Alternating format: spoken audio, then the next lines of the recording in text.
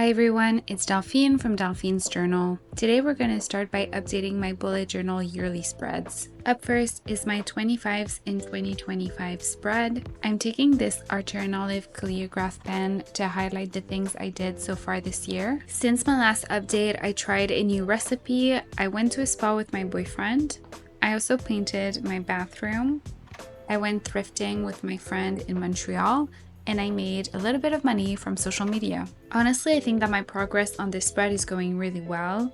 There are some things that are work in progress, like trying 5 new restaurants or baking 5 new recipes from one of my cookbooks. But I do think it's a great spread to look back on when I want to get a little bit out of my routine. Up next, I added my appointments to my future log, and as you can see, May is going to be very busy. Always glancing at my 2025 vision board whenever I'm updating my spreads. My boyfriend and I tried a new restaurant for our anniversary, so I highlighted that, and I also baked a new recipe which was on my baking list. It's a tarte tropézienne. My last 2 yearly spreads to update are social media related. This one is a bullet journal dashboard in which I added my April and May themes. I also crossed a theme idea that I had noted, and I added my follower account. Finally, I highlighted my follower number in my social media tracker, and I want to thank you so much for taking the time to watch these longer form videos. It means a lot to me. For the next portion of this video, we're going to jump in April, and we're going to be flipping through my month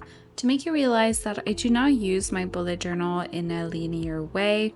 Some months I use it more than others.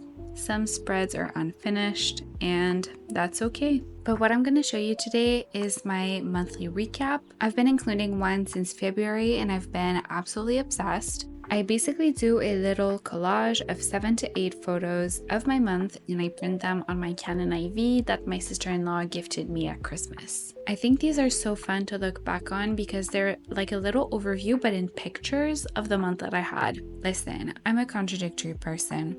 I'm a homebody. I love being at home, journaling, reading, drawing, baking, but if I'm in a routine for too long, I do get FOMO, so I really appreciate having visual cues of moments I spent or activities I did because it reminds me of how good I feel when I actually do them and get out of my comfort zone. As you can see, when it comes down to placing my pictures, I'm very indecisive. That's definitely the longest part of having to create any collage for me. Oh, and one thing that I love about the Canon IV is that the paper is sticker paper, so I don't have to add any glue or double-sided tape. To make sure the spread was cohesive with my April theme, I decided to add a little touch of watercolor. I'm using the Sakura Koi watercolor kit. This was kindly gifted by the brand, and I think it's actually super user-friendly for somebody who had never really explored this medium before. I love that it's a portable kit where you have everything you need to watercolor. You could easily put it in your bag or your purse and bring it to a park or wherever you want to paint. I'm by no means a watercolor expert. As I said, this was like my first watercolor theme ever. I did watch a tutorial from Shada Campbell. She's such an amazing inspiration when it comes down to flowers and watercolor. I highly recommend you check her out. So now that my April recap is done, we're going to be updating my reading journal spreads. By the way, if you haven't watched it, I did post a reading journal setup video on my YouTube channel. This first spread is a reading tracker. This is where I write down all of the titles of the books that I read, the author's name, the date I started the book, the date I finished it, and its rating. It's a simple spread that provides a quick overview of all of the books that I read in a year. Now, because I'm an optimistic, this year I decided to create 2 of these.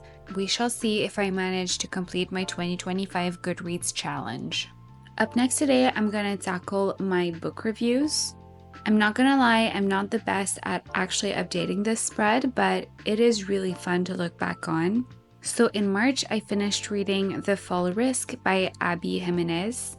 In this short story, 2 neighbors are trapped in their apartments after a construction mishap leaves them without stairs. Neither Seth or Charlotte are looking for love. Seth just got divorced, and Charlotte has been living in fear due to being stalked over the last couple of years. Overall, this one is a short and fun rom-com novella.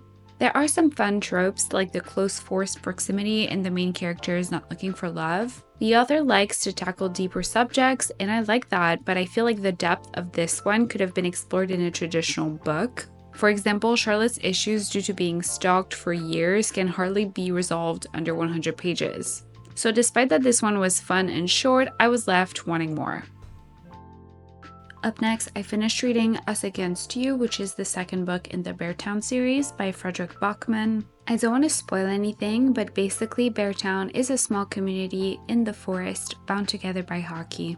We follow our characters as they're navigating through the events of the first novel, one of these being their team being split due to their players moving to a rival club. Am I a hockey girl? Absolutely not, despite the fact that I'm Canadian. So do not let the hockey theme stop you from reading this book. The start of this one is a tiny bit slow as we're transitioning from the first novel to the second, but Bachman's writing is once again so moving, tragic, and heart-wrenching. He plays with time jumps, which made me want to continue reading even more. To fully appreciate this series, I need to read it in winter, so I cannot wait to read The Winners, which is the third book in this series, next winter. Some of my favorite quotes from this book are the following: "Grief is the price you pay for love.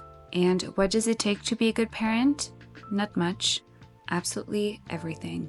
I hope you enjoyed this update. Like and subscribe for more content like this. Bye!